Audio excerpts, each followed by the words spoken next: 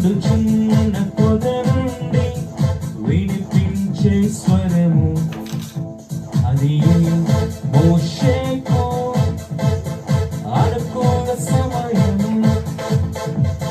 హంతకుడును ఐగుప్తీయుని దేవుడే పిలిచెను, మిక్కిలి సాత్వికునిగా మార్చెను.